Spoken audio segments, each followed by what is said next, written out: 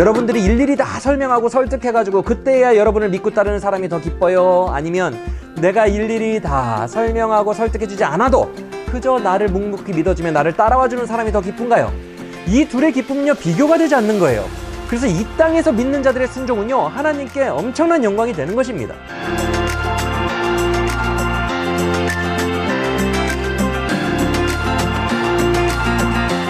안녕하세요. 성경에 더있다 장민웅 목사입니다. 아동부나 학생부 아이들에게 이런 질문을 해보았어요. 천국은 하루 종일 주를 찬양하고 예배하며 사는 곳이란다. 너희들 가고 싶니?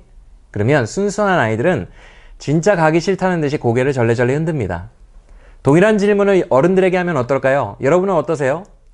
아마 굳은 표정으로 아멘 하시는 분들을 보면 이때 흡사 순교자의 각오를 하시는 것 같아 보이기도 하고요.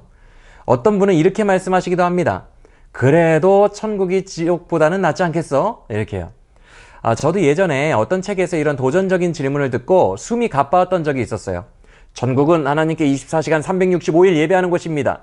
이 땅에서 예배하기 싫어하는데 어찌 천국 가서 적응을 하려고 하십니까? 이런 질문이 있던 책이었거든요.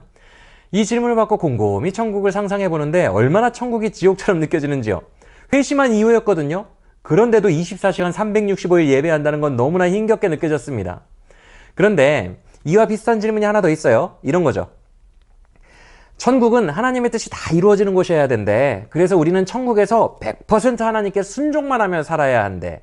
어때? 가고 싶니? 이런 질문을 받으면 아이들이 또 어떻게 반응할까요? 순수하기 때문에 바로 몸서리치며 싫어하며 격하게 반응합니다. 그러면 어른들은요? 여러분은 어떠세요?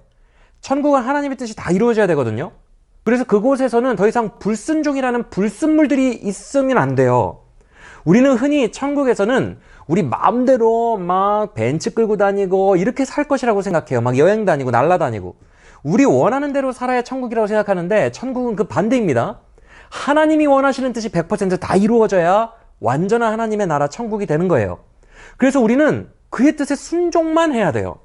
그리고 하나님의 뜻이 온전히 이루어지는 게 맞습니다. 여러분, 본래 하나님의 나라는 하나님의 뜻이 다 이루어지는 곳이었어요. 태초에 천지를 창조하실 때만 봐도 어때요? 하나님이 빛이 있으라 라고 명하시면 빛이 있어요. 순종합니다. 그리고 하나님이 명하신 대로 산과 바다와 모든 생물들이 각기 모양대로 창조되어 하나님이 정하신 질서대로 순종해요. 다 순종해요. 하나님이 이렇게 하나님이 말씀하신 대로만 이루어지는 세상을 보시기에 좋았더라 라고 말씀하십니다. 이게 하나님의 나라거든요. 그런데 이런 하나님의 말씀이 그대로 이루어지지 않는 세상이 왔어요. 누구 때문에요? 우리 인간의 타락 때문에. 인간은 범죄하여 더 이상 하나님의 질서와 하나님이 원하시는 뜻에 순종하지 않게 되었어요. 그래서 성경은 예수 믿기 전에 우리를 불순종의 아들들이라고 부르고 있는 것입니다. 그런데 이제 저 천국에서는 이런 불순종이라는 불순물들이 없어야 논리적으로 맞다는 거예요. 천국은 하늘의 뜻이 완전히 이루어지는 완성의 나라이기 때문에 그래요. 그래서 우리는 이제 빼도 박도 못하게 천국 가면 순종만 해야 돼요. 어떻게 여러분들은 이런 이야기를 듣고서도 천국이 막 두근두근 소망이 되십니까? 아니면 갑자기 최대한 천국에 늦게 가고 싶다는 생각이 막 밀려오십니까? 제가 우스갯소리처럼 말했지만 논리적으로 천국은 정말 그런 것입니다. 정말로 예배만 하고 정말로 순종만 하는 순도 100%의 순전하고 거룩한 장소, 그것이 바로 천국이라는 것이죠.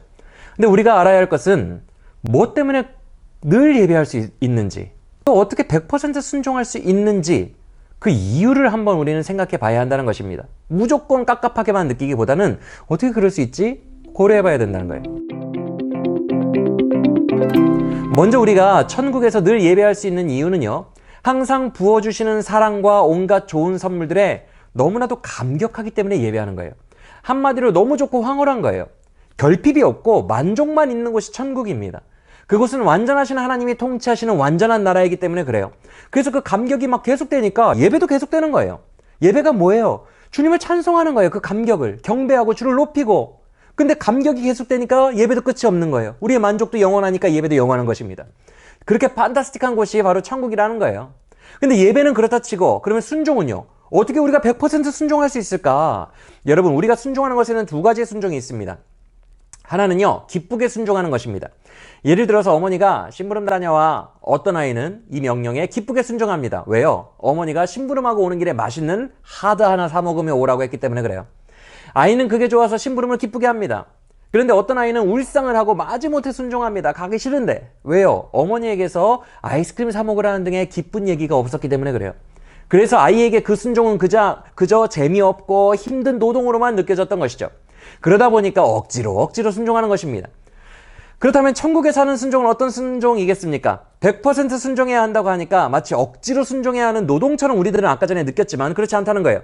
천국에서의 순종은 기쁨으로 하는 순종입니다. 어떻게 그게 가능할까요?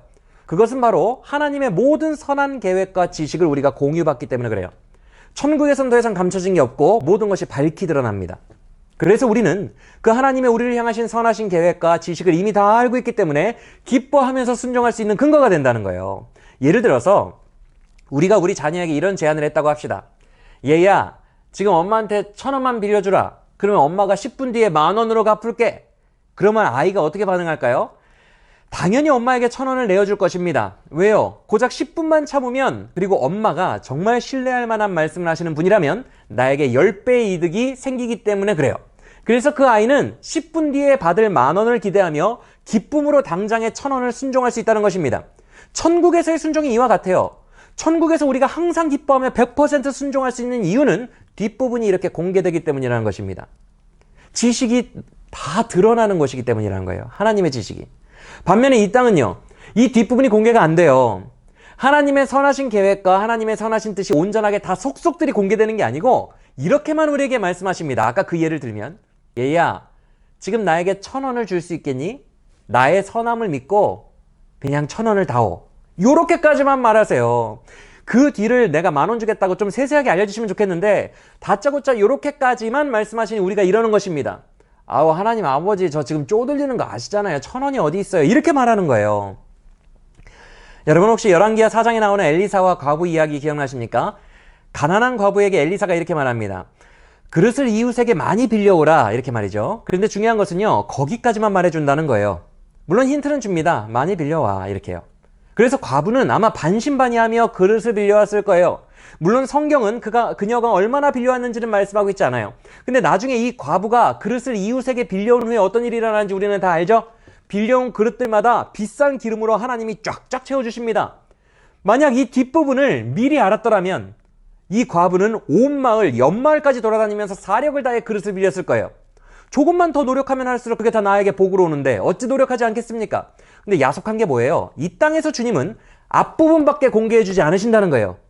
지식의 공유가 제한적이라는 것입니다. 이 땅에서 우리가 불순종을 하거나 기쁨으로 순종하지 못하는 이유가 바로 여기에 있어요. 뒤를 모르기 때문에 그래요. 그러나 천국에서는 이 부분이 열리게 된다는 거예요. 그래서 기쁨의 순종이 100% 가능해진다는 것입니다. 사도 바울은 고린도전서 13장 12절에서 이렇게 선포합니다. 우리가 지금은 거울로 보는 것 같이 희미하지만 그 당시에 거울이 힘이 있죠. 그때에는 얼굴과 얼굴을 대하여 볼 것이요. 지금은 내가 부분적으로만 알지만 그때에는 주께서 나를 아신 것 같이 내가 온전하게 알리라 라고 말입니다. 지금 우리는 부분적으로만 주님을 알고 있고요. 희미하게 보이는 이 땅을 살고 있어요. 근데 그날이 오면 천국에 가면 얼굴과 얼굴을 맞대보는 것처럼 밝게 알게 된다는 거예요. 주께서 나를 아신 것 같은 완전한 지식으로 나도 주님을 온전히 안대요. 주님에 대해서 온전히 안다? 온 세상을 다 아는 거예요. 이 지식의 완전함이 바로 하나님의 모든 선하신 계획의 공유됨을 말씀한다는 것입니다. 바로 그렇기 때문에 하나님의 우리를 향하신 은혜로운 그 계획들이 기쁨의 순종으로 날마다 이루어지는 곳이 바로 우리가 가는 천국이라는 거예요. 근데 중요한 게 있습니다. 그렇다면 지금 우리가 살고 있는 이 땅에서는 그 뒷부분의 지식이 공유가 안 되니까 우리가 부분적으로만 하니까 기쁨의 순종이란 애초에 불가능할까요? 물론 이 땅에서 우리의 지식이 부분적인 게 맞지만 그 부분적인 지식을 가지고도 하나 분명하게 알 수 있는 게 있어요. 그것은 바로 주께서 우리를 너무나도 사랑하신다는 복음입니다. 하늘을 두루마리 삼고 바다를 먹물 삼아도 다 기록할 수 없고 우리의 깊이로는 측량할 수도 없을 만큼 여러분 한 사람 한 사람을 하나님이 사랑하신다는 거예요. 이게 어떻게 분명하게 드러났어요? 십자가에서 그의 아들 예수님을 죽여서 우리를 살리셨고 예수님을 내어주어서 우리를 대신 값주고 사신 그 사건으로 드러났습니다. 그래서 십자가에서 우리를 사랑하신 그 사랑은 진짜며 하나님 아버지는 그 사랑으로 우리를 늘 사랑하신다는 그 지식은 모든 믿는 자라면 부분적이지만 분명히 알 수 있는 거예요. 그리고 바로 그 십자가의 사랑 안에서 나를 향한 주의 선하심을 믿는 신뢰감이 발생하는 것입니다. 아, 십자가에서 나를 그렇게 사랑하셨다면 지금도 나를 사랑하시니 내가 주님 안 믿을 수가 없지. 신뢰감이 있다는 거예요.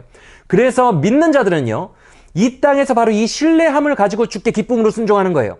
비록 모든 지식이 공유되지 않아서 주님이 가뜩이나 쪼들리는 나에게 왜 굳이 지금 1,000원을 요구하시지? 이해가 되지는 않지만 주님의 날 향하신 선하심을 믿기 때문에 그 믿음으로 기쁨의 순종을 할 수 있는 거예요.